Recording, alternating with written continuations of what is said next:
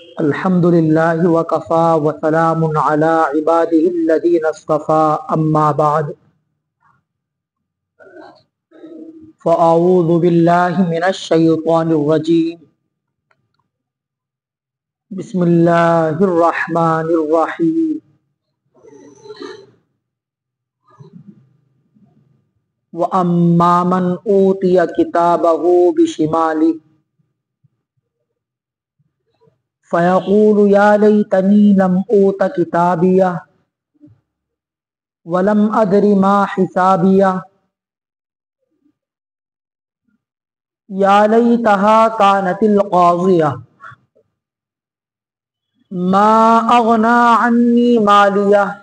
ہلک عنی سلطانیہ خذوہ فغلوا ثم الجحیم صلوا ثم فی سلسلۃ ذرعها 70 ذراعا فاسلکوا وقال تعالی فی مقام آخر فمن یعمل مثقال ذرۃ خیرا یرہ ومن یعمل مثقال ذرۃ شرا یرہ سبحان ربک رب العزت عما یصفون وسلام علی المرسلین والحمد للہ رب العالمین اللہم صل علی سیدنا محمد وعلی آل سیدنا محمد وبارک وسلم اللہم صل علی سیدنا محمد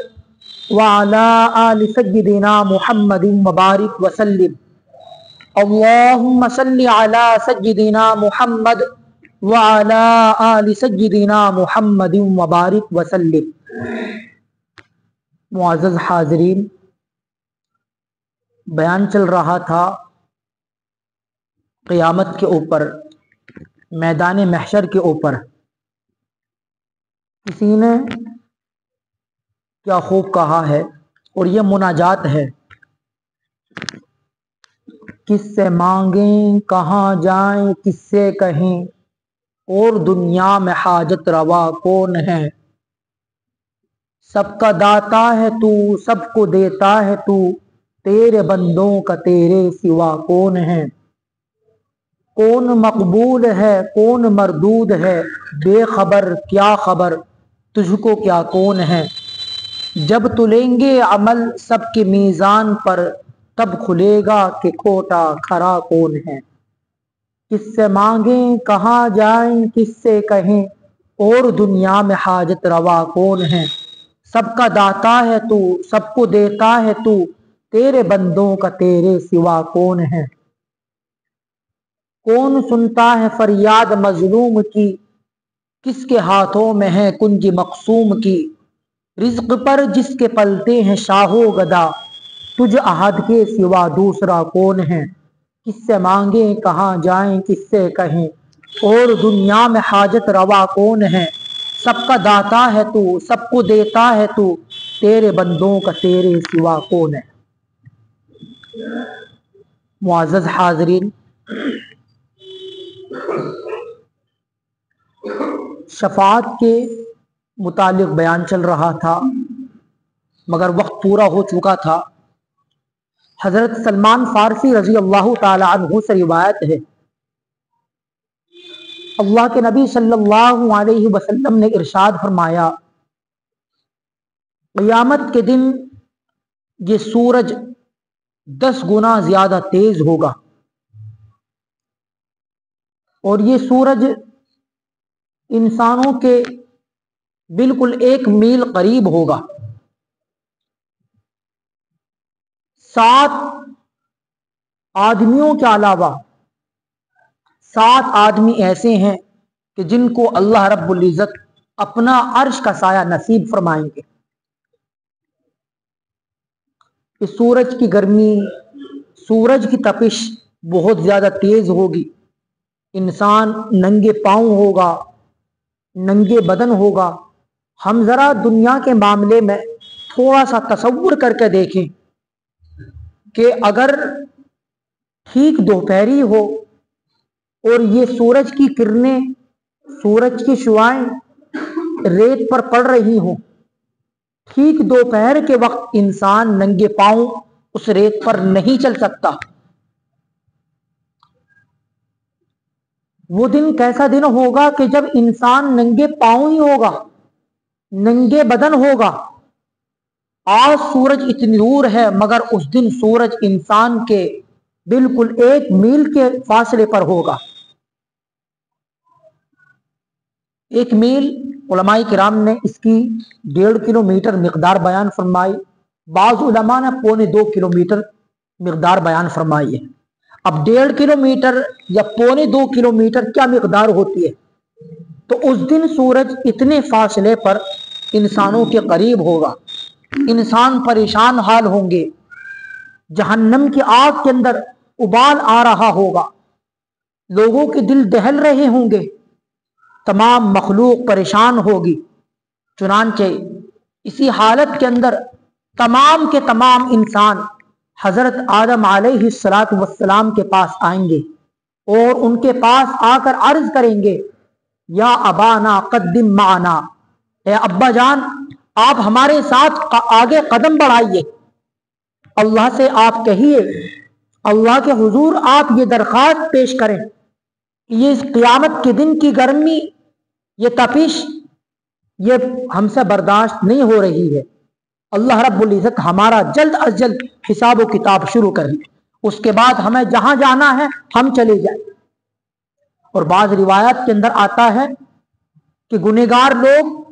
اس دن سورج کی گرمی اور اس دن کی پریشانی کو دیکھ کر اللہ سے یہ عرض کریں گے، یا اللہ ہمیں جہنم کے اندر بھیج دے، ہمیں جہنم میں جانا منظور ہے، مگر اس دن کی گرمی ہم سے، اس دن کی ہولناکی ہم سے برداشت نہیں ہو رہی، جہنم میں جانا ہمیں منظور ہے۔ جبکہ جہنم کی آگ اس سے کہیں زیادہ خطرناک، اس کا عذاب اس سے کہیں زیادہ خطرناک ہے۔ چنانچہ حضرت آدم علیہ السلام ان سے کہیں گے، لوگوں مجھے اللہ کے حضور یہ درخواست پیش کرتے ہوئے شرم آ رہی ہے، اس لیے کہ اللہ رب العزت نے مجھے ایک درخت کے